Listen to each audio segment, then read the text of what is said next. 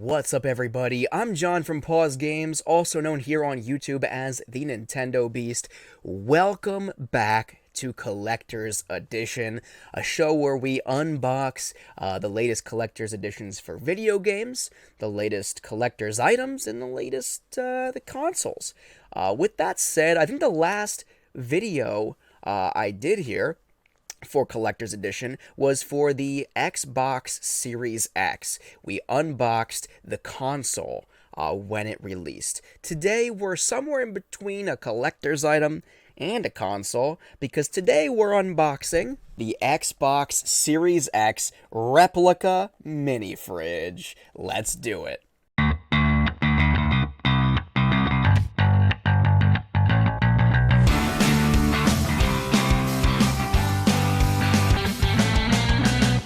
So let me just show off this box a little bit here. As you can see, it's bright green. Each side of the box has like a different view of the thing. It also advertises here on the box. On this side it says, holds up to 12 soda cans. It shows kind of tall ones with the shelves removed. I'm thinking that it means just like regular size soda cans. It also includes 2 snack shelves on the door. That looks like you can store maybe an Uncrustable in each of these little snack shelves. They're not big looking. On the back of the box, it says official Xbox gear. I think that says it on all sides, actually. It's got some of the specs on here. I'm not going to go through all the features and all the contents of it. We're going to actually unbox it, so why would I bother? But it does say Xbox Series X replica mini fridge, thermoelectric cooler on this side. On this side, it says top of fridge and Xbox Sphere light up. So that's pretty cool. It says includes a USB port and it has AC/DC voltage. On the front here, it says 1.5 to 1 scale replica. So it's a little bit bigger than the actual console, which is saying something. I guess it has to be because it's a mini fridge. But I mean, that's saying something because the Series X is quite clunky in of itself. It also advertises down here, it's a great addition for your gaming area, which is actually why I bought it, in all honesty. Portable design, perfect for car, RV, or truck. Includes USB port for charging, and has a 10-liter capacity. I'll be honest, so many guides and blogs I've seen online explicitly told me, like, it's funny, it's a gag item, but don't waste your money and go out and buy it.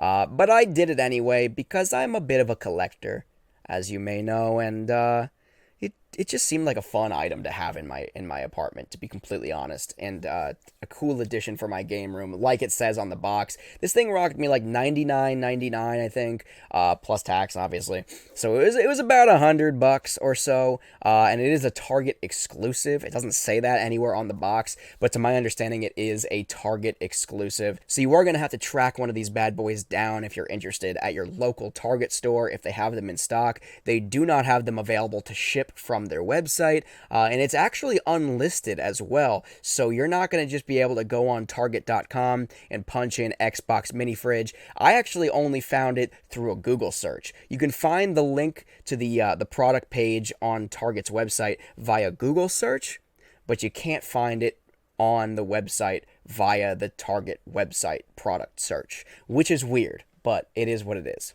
So I've got this thing down in front of me. Let's tear this thing open and see what's inside. So it's really easy to open the top here.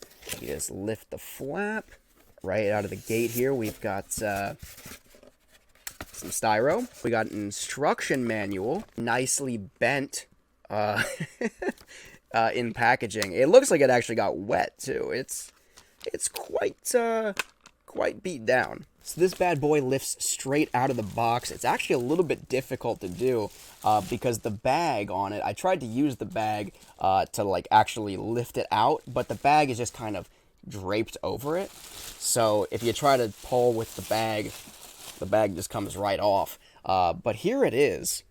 Pretty cool, actually. I'm just looking at this thing. So here's the front of the refrigerator here. It is pretty cool. You got all the button layout and everything, just like the real console. The two sides of it are just as barren as the real console is. It's just sleek black, or like matte black. This is kind of fun. On the back here, you actually have fake inputs, like fake HDMI, fake Ethernet, fake USB ports. They're like massively oversized, so it's not like, oh wow, it looks just like it. It's ridiculous looking. But it's fun that they included it. Like they included those stupid little details. But then on the back there, at the top of the back, you also do have your real things, like the actual power cable ports. You have your switch on there that turns it on and off. From what I read, this thing is not supposed to be used continuously, so you are going to want to turn this thing off at times. So, you know, if you're having a couple hour gaming marathon, this thing is good to go. Just, you know, turn it on and pop a few drinks in there and it'll keep them cool. Don't leave it on all day long. It's a cheap refrigerator, guys. It's like $100. You're paying more for the branding than you are for the actual device.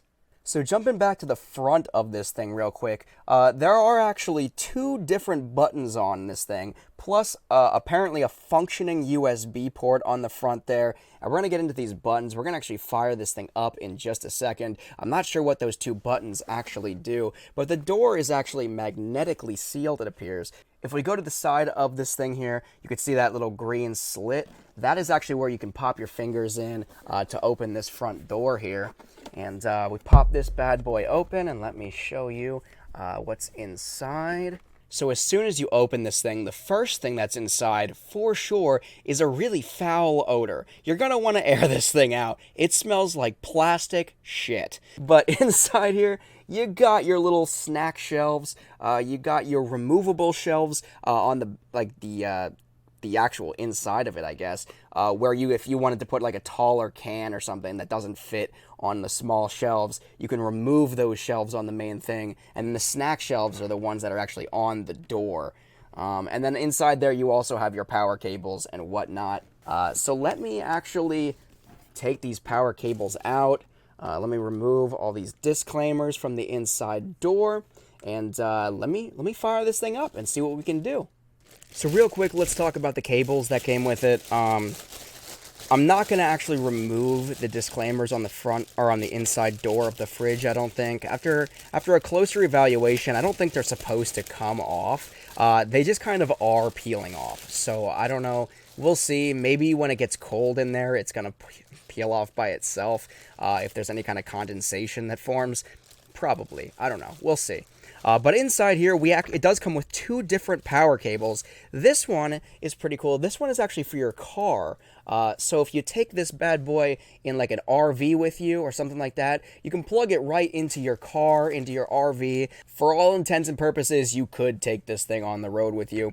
The other power cable, however, is your regular power cable, not a grounded cable, just a very basic power cable. So luckily, I do actually have a power strip right next to me here. So let me plug this thing in right now. It's not fitting beautifully in there. Oh, here we go.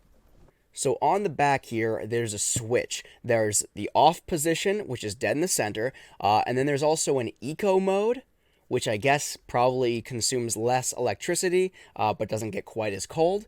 And then there's a max mode, which is the opposite of those things. It probably consumes more electricity, I would have to assume, and it probably gets a little bit colder. So assuming that this thing is plugged in correctly, let's turn this on. I'm going to turn it on to eco mode. Got a green light on the back here. Looks good. I'm going to actually dim my studio lights here to try to demonstrate the lighting on this thing a little bit better. So one thing that I do want to note is that I've read a lot online that says this thing is super loud, like jet engine loud. I'm on eco mode right now, but it's not that loud. Like my PC, my gaming PC that I'm recording this video on, is actually louder than this is right now. Let me switch it into to maximum overdrive, the max mode, and see if it gets louder. I imagine it will to some extent. Okay. Yeah, so the fan is definitely, if you flip it on the max setting, it's pretty loud, but it is It's a refrigerator, guys. It's not it's not jet engine loud, but it is pretty loud. So if you're recording, if you have it in your like gaming area, your studio or whatever, you might want to keep it as far as away. You could probably hear it on my microphone right now. You might want to keep it as far away from your microphone as humanly possible. It is kind of loud. So I'm shifting it back down to the eco mode because I want to more so demonstrate the lighting effects on this thing.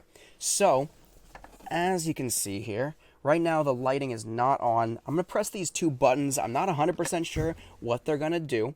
The first button here is right up here, above what would be the disk drive on the actual console. Let's see what that one does when we press it. That one appears to turn on the top light here, which is this green glowing. Let me turn that off. So if you press the, it would be the eject button, I guess, the disk eject button on the Series X. That turns on these green lights up top here, which are actually pretty cool if I'm being completely honest. The other button here is right above this USB port. So let me press that real quick, and I believe, if I could guess correctly, that would be the sync button on the actual Series X. And what it does on this thing is it turns on the Xbox Sphere logo. So that's illuminated as well. Again, you have those two lights on this thing that light up. It doesn't do anything. I mean, it probably draws a little bit extra power, but it's just for the aesthetic of it, really. And just like that, you have them on, and you can turn them off by pressing them again. Insignificant, but kind of cool. Cool details that they threw in here.